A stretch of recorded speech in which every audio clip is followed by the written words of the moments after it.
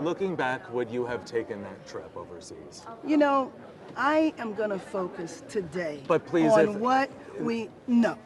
Can I ask you one question about round gouging? I think this piece that you wrote about Karen Bass is so fascinating because last week when I saw this video of her getting off the airplane and not responding to a Sky News reporter, just asking for basic comments about anything she could say to the residents of LA. I had to watch it a few times because I was just so struck by her non-response there. I know you've talked to a lot of people in Los Angeles where you are, and you've reported on politics for a long time, and I'm wondering kind of what your assessment is and how people in Los Angeles are feeling about her. Karen Bass, for a variety of reasons, including that video you just mentioned, has come in for singular blame here. It's hard to see politically how she survives this. I mean, there could be a recall here. There's a lot of anger. It requires 15% of the city's voters to sign a recall petition to get that going. But she's up for re-election next year. The big issue, because the mayor of Los Angeles has weaker executive powers than other cities in this country, the one thing you got to do is show leadership and show some sort of political agenda. She knew, we all knew here in Los Angeles from the National Weather Service, on at least by Friday, January 3rd, that there was a real threat here because of the Santa Ana winds and the dry winter, that this could be a calamitous fire situation. The next day, she left. Real quick, though, two big stories just came out in the LA Times that also add to her challenges here. She was told, she was at a diplomatic reception in Ghana having cocktails while the Palisades fire was burning. Pictures of that surfaced on LinkedIn. And secondly, the LA Times reported today, and this is probably more of the fire department's issue, although she's in charge of that too, notionally, that they only had 5 trucks in place. Again, no one here was prepared for how dangerous and intense this fire was, so it's hard to point fingers. But Karen Bass is the person that I think if you talk to any random man on the street, woman on the street here in Los Angeles, they'd be mad at her. All right, guys, so we got to continue our coverage of the current downfall of the Democrat Party, because I personally believe what is happening to the Democrat Party is a result of karma for supporting one of the most violent, if not the most violent, political riots and protests that we've ever seen in the history of this country, the 2020 BLM George Floyd protests. And then turning around on January 6th and pretending as if the January 6th protests were worse than 9/11, when we just went through months and months and months of nonstop political violence where you had cities burning, chaos and destruction everywhere in the middle of a pandemic. But yet on January 6th, Democrats want to act like that was the worst day ever. And I'm just saying, I think what's happening to the Democrats is a result of karma. And that's what we're saying, okay? That's what we're saying. The Democrats are at the lowest point that I've ever seen. I've never seen anything like this in politics. And I tell you guys, the pendulum always swings the other way. And boy, oh boy, oh boy, oh boy, oh boy, the pendulum has really swung the other way on the Democrats. And I'm just hoping that it doesn't swing back the other way for a long, long, long time, okay? But with that being said, we got to talk about woke LA Mayor Karen Bass, who you can't criticize because she's a black woman, right? You can't call a black woman incompetent just simply because she's black. However, it seems like the mainstream liberal media and others didn't get the message, because she has now come under a microscope for her poor leadership amid these wildfires that are happening in Los Angeles. And it is coming out that Karen Bass, while she was in Ghana when these fires erupted, she was at a cocktail party, yucking it up, drinking, right? Having fun. And again, this is as her city is burning to the ground, literally burning to the ground. And she's drinking and having fun overseas in Ghana, in the homeland, getting in touch with the ancestors. So, I mean, hey, you know, this is just not a good look. And this is why a lot of people are criticizing her. But Democrats are trying to defend themselves by saying, no, it is not right to criticize us. You can't do that right now. You're making this political. But even Bill Maher, who is a liberal, is not buying this defense from the Democrats and other liberals, claiming that, hey, you can't talk about this or you can't criticize Democrats. You can't politicize this because it's too early. Take a look. Karen Bass is taking a lot of heat. So is Gavin Newsom. But there's going to be a recall on Karen Bass. We will see what happens. But a lot of people think she failed in terms of leadership and, where budget cuts may have affected the fire department. And there are other people who are saying, how dare you even talk about that in the middle of the fire? So where do you stand? Well, we all took a lot of heat. I'm with the people who want to hold politicians accountable. We shouldn't talk about it now. It's so funny to hear that coming out of the mouths of liberals, because they hate it when conservatives say that after a gun tragedy, which is what conservatives always say after a mass shooting. This is not the time to politicize it, and then it never is. It is absolutely the time to talk about it. This is what my editorial is about Friday night on the show. Was it always going to be bad? Of course. Their arguments are not wrong. We built the city in a terrible place to build a city. Global warming absolutely does make hot stuff and weather worse. Winds were ridiculous. Yeah, I get all that. And they also made a lot of errors. And if you held Bush accountable for Katrina and thought Rudy Giuliani was an idiot for putting the command center in the World Trade Center, which is the place they attacked for and were most likely to attack again, which he was, well, then you have to have some intellectual honesty and criticize your team when they don't do it right. And they've had a long time to get this righter. It was always going to be bad. All of these were always going to be bad, and they always seem to be the worst they ever possibly could be.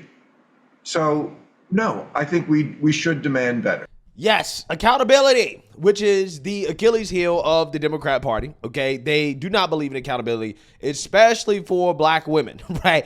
You can't do that, okay? That is racist, Bill Maher. That is what it sounds like to me. It sounds like racism to demand accountability for Karen Bass, who is facing recall. And who knows whether or not that will happen, but that is what people are demanding at this point, is that Karen Bass be recalled because people are angry. I'm really in favor of a recall. I think it's that important to not wait for the next election, to have a recall of Mayor Bass and have an election. And this is not about Republican or Democrat. I have a question. Who would you rather rebuild the Palisades?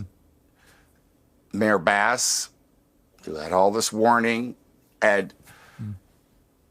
or Rick Caruso, who built the Grove.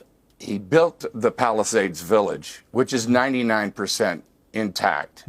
In fact, that's the guy that I want to rebuild this place. Yeah, so you see that, you heard that. Now, what I find to be amazing about this is, once again, liberals, progressives, in order to realize that the policies that they vote for are bad, they have to experience the bad results of progressive and liberal policies, right? It's just a damn shame, okay? But hey, like I tell you guys, the best way to red pill a leftist is to give them what they want. Give them what they want. These people think billionaires are bad, right? But what they don't understand is that billionaires are billionaires because they are good at capital allocation, okay? And our government is not, but our government should be, right?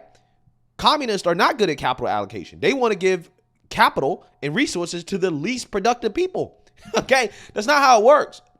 That's not how it works, okay? You can't build a society like that. And they're learning the hard way that, hey, yeah, you probably would much rather have a capitalist, a billionaire, a businessman running your city rather than a communist, because communists aren't good at building things, right? And generally, when compared to capitalists, like, for example, look at the Soviet Union. Look at the cars that came out of the Soviet Union. They were terrible compared to the cars out in America in more capitalistic societies. Well, why is that? It's because when you embrace central planning and government-owned state monopolies, well, there's very little incentive to innovate, okay, and to improve your design due to a lack of competition, okay? So, again, they're realizing the hard way that, oh, wait, yeah, we much rather have a businessman running the government than a woke progressive. I'm just saying, again, that should have been common sense. You should have got that right the first time around. It shouldn't take a wildfire like this for you to realize that, oh, it makes more sense to have a businessman running the government than a woke progressive woman. But anyways, we have to continue our coverage because you have the LA Firefighters Union. They're speaking out. They're going to CNN. And this segment really does highlight the incompetence of the Democrats running this city. It's really sad to think about.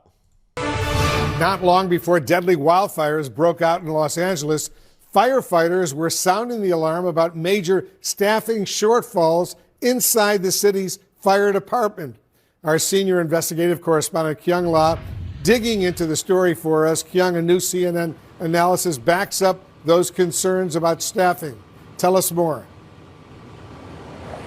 You know, we've heard sort of the back and forth about fire budgets involving the current mayor, but this is an issue that precedes this mayor. This is years in the making. The fire department has warned of dire consequences, saying that they need more money, they need more firefighters, and they warned of this as recently as last month. At that commission meeting, you said it's dire. Someone will die. It's eerie listening to your words because that's what occurred. So let me just take a minute. Sorry. Fire Captain Freddie Escobar, You're not supposed to make me cry. 35-year veteran of the Los Angeles Fire Department, wishes he'd been wrong. And this had not happened. For years, the LAFD union president warned that a disaster like the Palisades fire could happen. And while the cataclysmic weather conditions were historic, Escobar also blamed something predictable that hurt the firefight: money. This is a woefully understaffed fire department. We're either going to have a fire department that's going to reflect 2025, or we're going to have a fire department that's going to reflect the 1960s.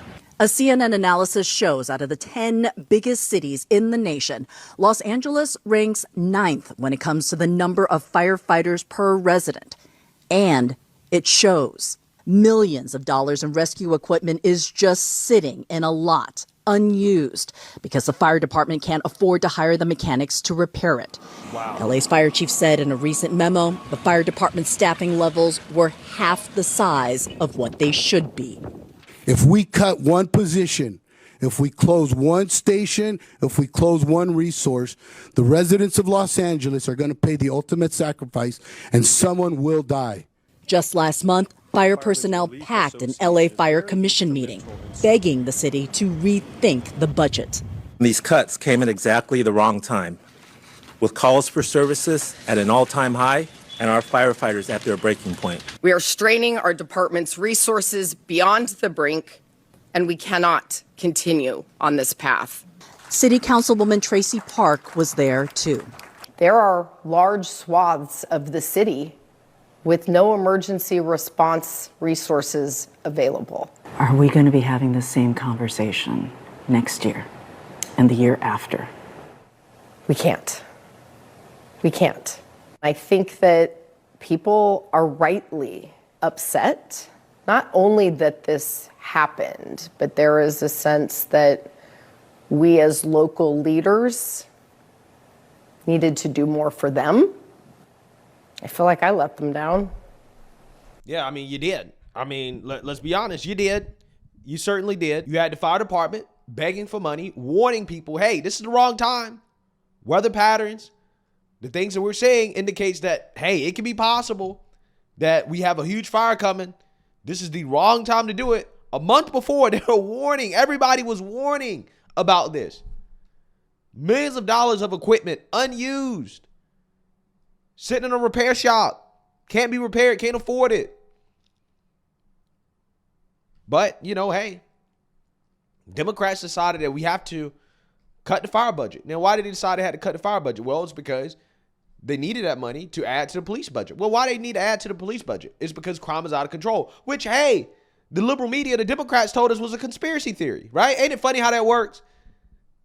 What they say is, well, they cut the budget, but yet they added more money to the police department, right? As if that justifies the budget cut. Because ultimately, why is it that they feel the need to increase the budget for police? It's because crime is out of control. But I thought crime being out of control was a conspiracy. It's not a conspiracy. So again, this is what happens. It's a snowball effect. When it comes to these progressive, soft on crime policies, it snowballs. And we've seen this happen in almost every single one of these cities. When you're soft on crime, it costs the city more money in the long run. You have disasters like this happen. You have other agencies and departments that have to take cuts because you got to fund the police. It's difficult. It's tough.